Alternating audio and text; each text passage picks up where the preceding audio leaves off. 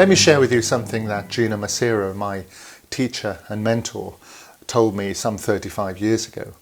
He said that at every stage you want to cut cleanly.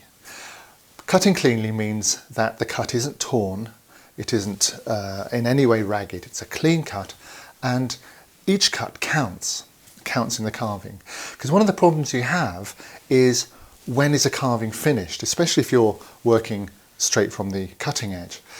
Well, if you're cutting cleanly as you go along, what it means is that at any time you can just step away from the carving. You don't have to go back and just tidy it up.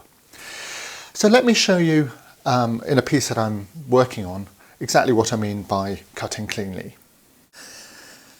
This is a green man that I've been carving in oak. You can see over here on this side the reflection of the light, how shiny it is. That's a direct result of cutting cleanly. With a sharp tool and the proper clean cut, you'll get a shiny facet. Down here you can see it's a little bit rougher. That's because it's still an earlier stage, and you can see that still the facets are quite distinct and cleanly cut. I'm going to ask Carrie to just zoom into this bit over here as an example. This surface, I can see all the facets on it, but every one of them is tidily cut. There's a bit of a tear here. That's because I needed a different tool, which I haven't got yet, but it's tidy elsewhere.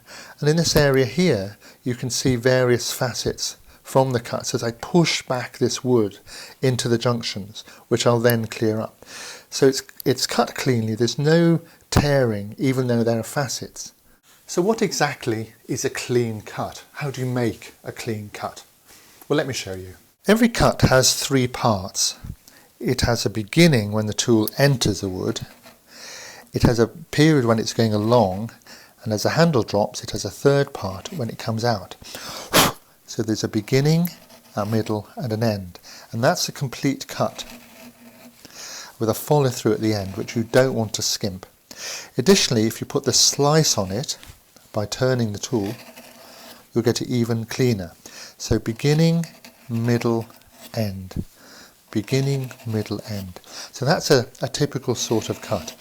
Now if I drop by accident the corner in and I make a tear, what I have to do is go over that, make the next one, clean that one up. So I'm continually tidying up as I go along. So what's the principle here? It's to cut cleanly and effectively all the way along your carving, right from the beginning, your first cuts, through to the final cuts in the end. Be conscious of that, make it a habit, and you'll find your carving is much more efficient and the result is much fresher in the end.